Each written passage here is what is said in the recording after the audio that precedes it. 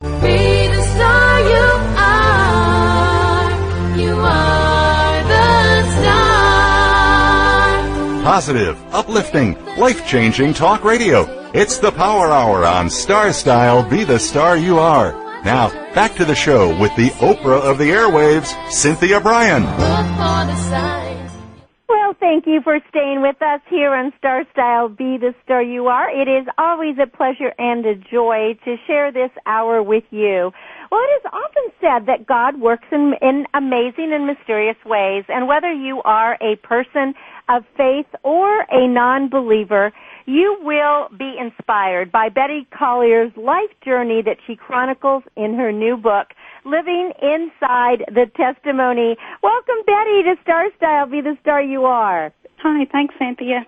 Well, Betty, I wanted to start it off by saying that, first of all, I was inspired by reading your book, and right at the very beginning of the book, you have written about the scripture reading that you live through. I mean, you live with this, which is your favorite scripture. Trust in the Lord with all thine heart, and lean not unto thine own understanding, and all thy ways acknowledge him, and he shall direct thy path. Well, after, I read your book, I realized you're just a walking testimony about this.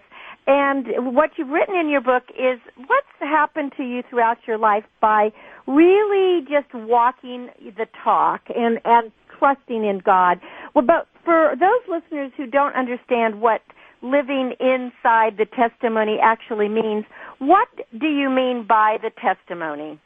The testimony is actually me giving a testimony of things that have happened in my life, things that I didn't realize at the time. Sometimes maybe I did, sometimes I didn't, but it was God's plan for my life. And as the scripture says, if I just trust him and allow him to direct my path, then I would go down the road that he would have me to go down, and things would turn out the way that they should.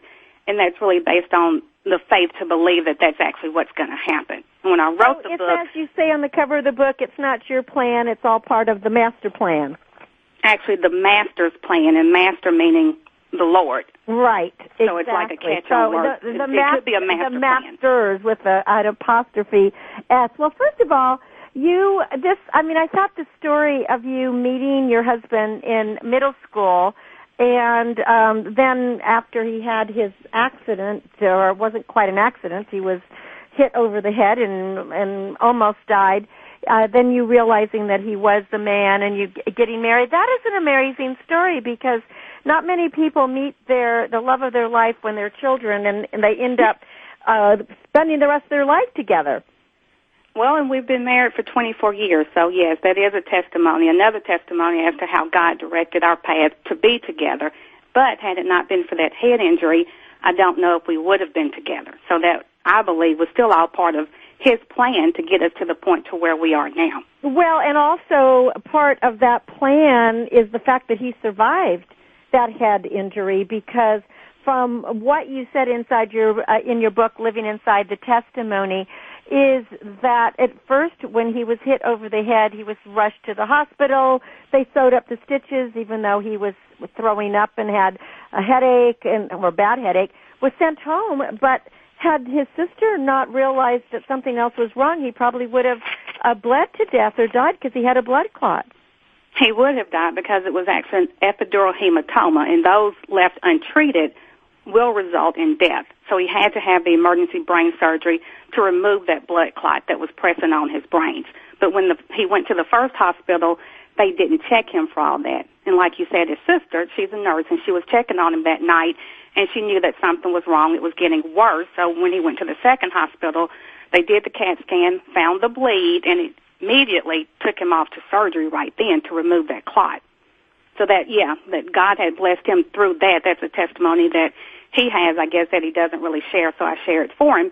And I tell everybody how God blessed him to survive that head injury, because he could have died. Had they not gotten him to the second hospital, they would have found him the next morning, and it would have been too late. Well, and also I think what's interesting about this particular incident is it was your brother who told you about the fact that that your future husband was now in the hospital. And what is the most fascinating about that is had he not been in the hospital, you may not have been back together. That's right. We probably wouldn't have, because we were getting ready for high school graduation, and we had split up in high school, kind of going our separate ways. He was going to go to California. I was going to stay home in Memphis and go to school here. We weren't together. But then when my brother announced this incident, and that's when I realized he was actually in the hospital in neurotrauma ICU, that's when the light bulb came on for me. And when I heard the news, it just devastated me. I went to my bedroom and just total agony at the thought that something could have happened to him, and I didn't even know about it. So I rushed to the hospital to find him laying there. Surgery was over by now, but there he was with his family standing around his bed. And I walked in, the ex-girlfriend. Right. And I laughed. I really laughed reading your book when it said, well, what happened? What was going on? And you said, well, you'd like to write that his heart stopped, he flatlined, and then it started up again. But you really didn't know what happened. But the reality is that you realized you were right for each other. Right. That's the main thing. We did realize we were right for each other. And from that point until now, we haven't been separated since. Of course, what this book's about, and we're speaking with author Betty Collier, who never thought she was really going to be an author because she started writing a testimony that was going to be for a DVD, and then instead ended up writing the book because it seems to me so many really miraculous, amazing events have occurred in your life and in the life of your family. You really have been blessed. And it's not that you set out to get any of these things. It's just that you have such deep faith, as you said, in the Master's plan, that you're going to live inside this testimony and then let it unravel. So you have your two beautiful children, and then you went on to, you won this incredible essay contest that you never thought would happen. And tell us a little bit about that and what happened there. It was called the Dickies American Worker of the Year Award, and it was back in 2001. My husband wears Dickies pants to work, and I found the tag that had the contest rules on it, so I just sent in the essay. It was a 100-word essay describing why I felt like he should be the American Worker of the Year. And I wrote it, not thinking he'd ever win. I was just writing it because I felt like he deserved to because he did work hard, but never thought, a national contest, you win a truck and all of this. I didn't think he'd win. So I just wrote the little essay, 100 words, and sent it in, forgot all about it, and then the phone call came later saying that he had won. So I was extremely surprised because I wasn't expecting it. Didn't think anything of it until the phone call came back saying that he had won the truck and that we would be winning a trip to New York to appear on Good Morning America to announce that he had been awarded that by Dickies. So it was a surprise. I didn't really think anything of it when I wrote the 100 words, and as my sister put it, it really wasn't that impressive what I wrote, but at the same time, it was what the judges were looking for, and I still attribute that to it still being part of the master plan. Well, and one of the things that you've done in your book that I thought was very charming is, first of all, you're writing from your heart. You're just writing the truth as you know it and feel it.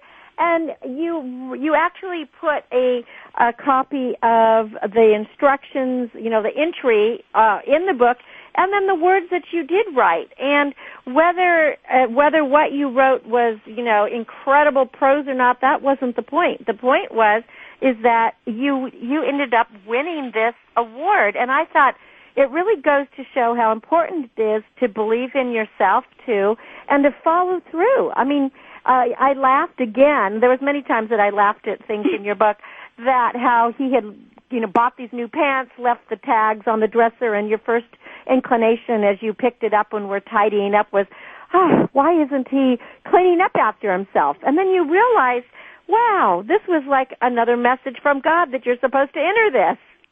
Well, and that's what's funny about it, because I was complaining, out loud.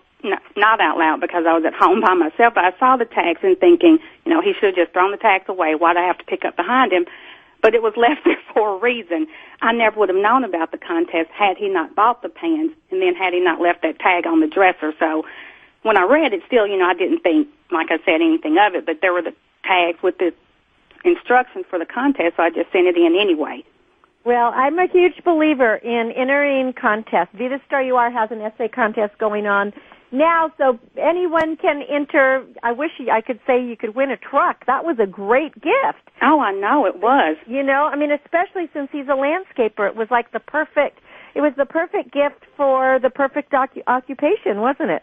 It was, and he needed a truck at the time, too. And it's really funny because it was by Dickies, and he works in Dickies pants. Because anybody could have entered the contest. It just so happens that those are the pants that he actually does work in. And he really did need a truck. Right. I thought he'd win it. You were a great spokesperson. And then you got to actually go on Good Morning America. Not many people have had that incredible opportunity. And again, you said those 3 minutes were probably the most frightening 3 minutes of your life. Oh, they were. I thought I was going to die. You don't feel that way now, though, do you? I'm over it now. This was 2001, so I've gone through a lot since then. I think I'm more comfortable, but at the time, it was horrifying. And, the interview was fine.